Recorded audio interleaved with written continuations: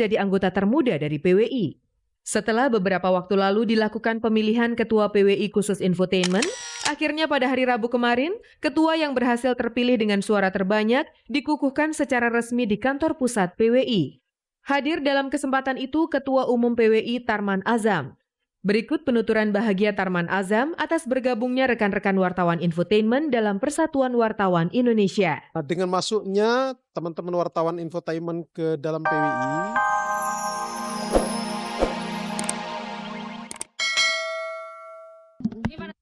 peristiwa yang menimpa Bella itu memang hanyalah cerita lampau. Tapi entah mengapa, tiba-tiba muncul nama Lilo, mantan personil Club Project, yang disebut-sebut sebagai produser yang tidak bertanggung jawab itu. Kabarnya Lilolah yang telah membuat Bella kehilangan sebagian uang demi sebuah pekerjaan yang sia-sia belaka. Mengenai hal itu, Bella tidak mau bercerita panjang. Apalagi menurutnya, persoalan ini telah berakhir saat sang produser mengembalikan sebagian uang miliknya. Hasilnya susah tapi dibalikin juga. Walaupun nggak total tapi ya udahlah.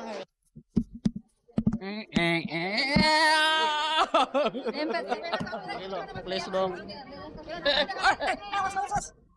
Tapi kabar yang beredar, kamu sempat berniat membawa persoalan ini ke pihak yang berwajib ya? Oh enggak, sama sekali enggak. Saat kabar tersebut beredar, Lilo sendiri tidak bersedia untuk diwawancara.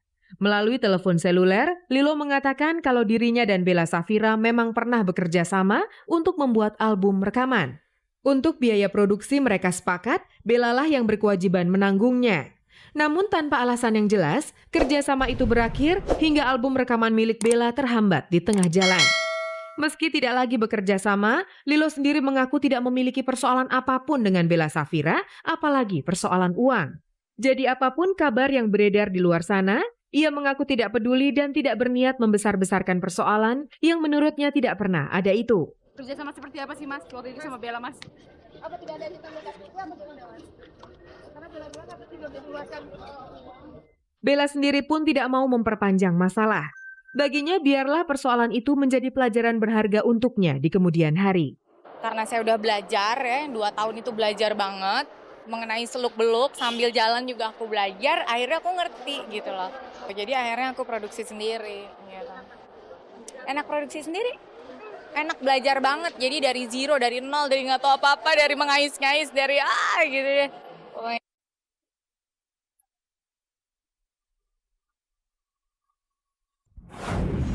Inilah beberapa kabar pendek yang telah kami himpun dari acara yang diadakan oleh RCTI.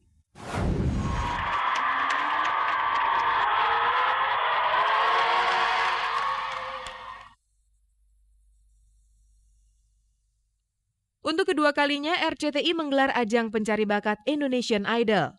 Seperti sebelumnya, ajang Indonesian Idol kedua ini diikuti oleh ribuan peserta dari berbagai kota di Indonesia.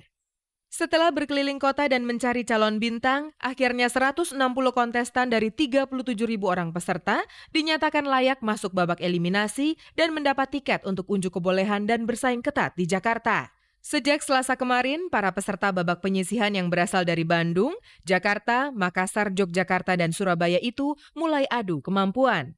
Selama proses eliminasi, para kontestan menginap di sebuah hotel berbintang di kawasan Jakarta Barat selama 3 hari. Dari 160 peserta akan disaring lagi hingga 24 orang peserta saja yang akan lolos untuk mengikuti tahap selanjutnya hingga akhirnya terpilihlah 12 orang yang akan memasuki babak spektakuler. Sebagai show yang juga tahunan, mereka sudah menunggu acara ini. Kedua, kalau kami melihat kualitas materi daripada para calon finalis yang berangkat ke Jakarta, kami sangat yakin sekali karena terjadi banyak surprise juga. Berbeda dari penyelenggaraan Indonesian Idol yang pertama, pada Indonesian Idol kali ini di Kota Medan tidak diadakan proses audisi, mengingat kondisi Medan yang ketika itu belum kondusif.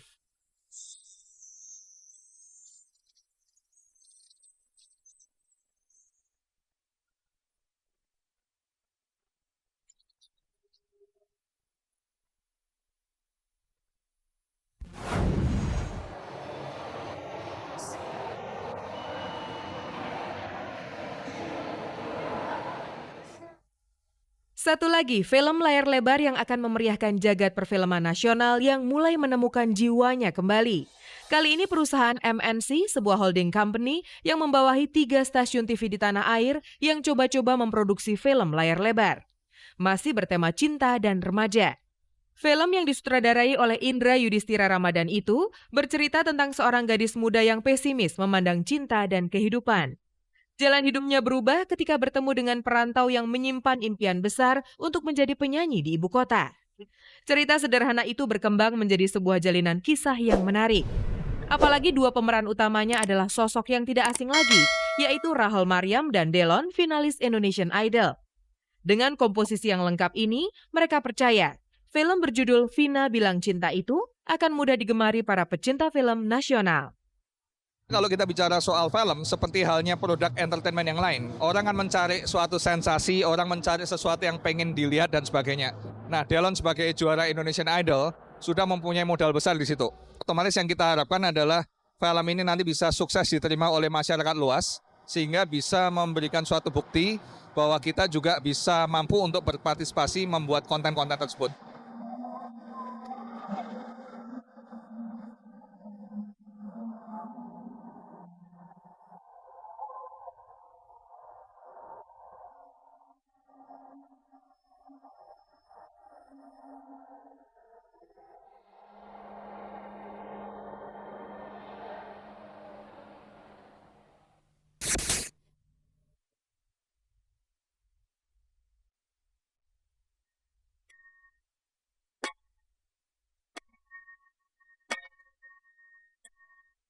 Persatuan Wartawan Indonesia atau yang lebih dikenal dengan singkatan PWI resmi menggandeng infotainment sebagai anggota barunya. Kini wartawan infotainment pun menjadi anggota termuda dari PWI. Setelah beberapa waktu lalu dilakukan pemilihan ketua PWI khusus infotainment, akhirnya pada hari Rabu kemarin, ketua yang berhasil terpilih dengan suara terbanyak dikukuhkan secara resmi di kantor pusat PWI. Hadir dalam kesempatan itu Ketua Umum PWI Tarman Azam. Berikut penuturan bahagia Tarman Azam atas bergabungnya rekan-rekan wartawan infotainment dalam Persatuan Wartawan Indonesia. Nah, dengan masuknya teman-teman wartawan infotainment ke dalam PWI, yang kita harapkan akan semakin memperkuat posisi pers nasional.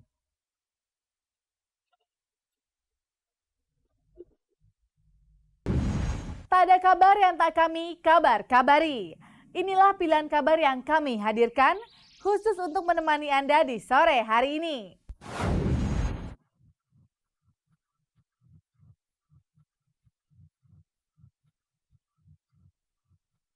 Niat Lia Waroka untuk melepas penat dan bersenang-senang di sebuah tempat hiburan justru membawa bencana. Ia terpaksa menghentikan kenikmatannya menyaksikan hingar-bingar musik malam saat terjadi keributan di tempatnya bersenang-senang. Peristiwa naas itu terjadi saat Lia Waroka bersama sepupu, adik, dan keponakannya mengunjungi sebuah klub malam akhir pekan lalu. Saat ia tengah santai menikmati suasana, tiba-tiba dua orang pengunjung wanita yang duduk di sebelahnya terlibat perkelahian seru. Tidak hanya mengganggu ketenangan Lia Waroka, perkelahian itu rupanya menyisakan sebuah luka sobek di lengan kanannya. Saya santai, orang saya lagi duduk, lagi tenang duduk. Ini apa-apaan? Saya rame-rame kan sama adik saya, sama keponakan saya, sama sepupu saya. Nah itu pada ribut ini yang di samping saya. Saya pikir ribut biasa lah, biasa salah paham aja. Loh kok disiram gitu, pertama disiram, kedua itu orang jalan ke sana dilempar gelas. Saya suruh saudara saya lari, kejar dia udah kabur, udah nggak ada. Ia memang tidak terlibat dalam perkelahian antar teman seperti yang diberitakan beberapa media massa. Tapi justru ialah yang menjadi satu-satunya korban akibat perkelahian itu. Gelasnya itu mengenai tangan saya gitu yang sampai robek, terus akhirnya saya ke rumah sakit MMC kan deket kan dari situ. Ya tapi nggak sampai dijahit lah. Cuman darah saya tuh ngocor banyak sekali gitu pada saat itu. Ya agak robek lah, setengah senti lah. Sebelum meninggalkan tempat dan menuju rumah sakit, Lia sempat menghubungi si pelempar gelas untuk meminta penjelasan. Setelah sang pelempar gelas melontarkan permohonan maaf, ia pun segera saja mengurungkan niatnya untuk membawa persoalan ini ke pihak yang berwajib. Ya, saya mau proses juga, saya pikir ya namanya orang mabok ya mungkin dia juga lagi banyak masalah. Jadi saya anggap ya udah kita ke peri kemanusiaan aja.